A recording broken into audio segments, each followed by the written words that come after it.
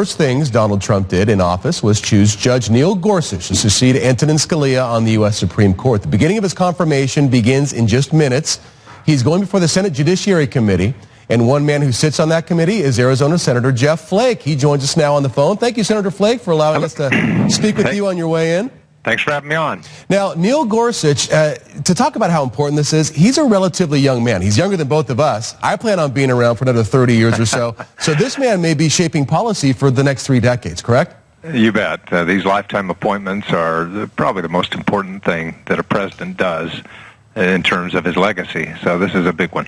And I know you've met with him, and I know you've said, I've seen your social media that you're a fan. What are you going to ask him today? Is this going to be like, oh, we think you're a great guy, or are you going to hit him with some questions?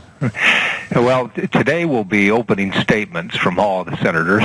All of us will bloviate for a while. That's what the Senate does.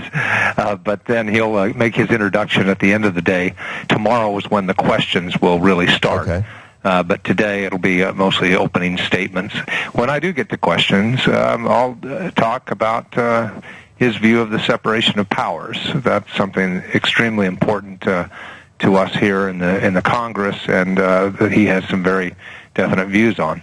To make sure that he's not taking direction from the president? Is that what you mean by that? Well, what I want is somebody who respects the role of the legislature, the Article I branch. Over the past few decades, we've seen a real transfer of power from the legislature to the executive. And whether it's the agencies just being empowered to interpret laws in a way that the Congress shouldn't have instruct them to, or for whatever reason, the executive branch has assumed a lot more power than it should. I think in terms of like layman's terms, Judge Gorsuch is a lot like Antonin Scalia. So if I had to tell somebody who's walking down the street in Tempe, is Roe v. Wade going to be overturned or something like that? Is the court going to stay kind of the way it was when Scalia was on it?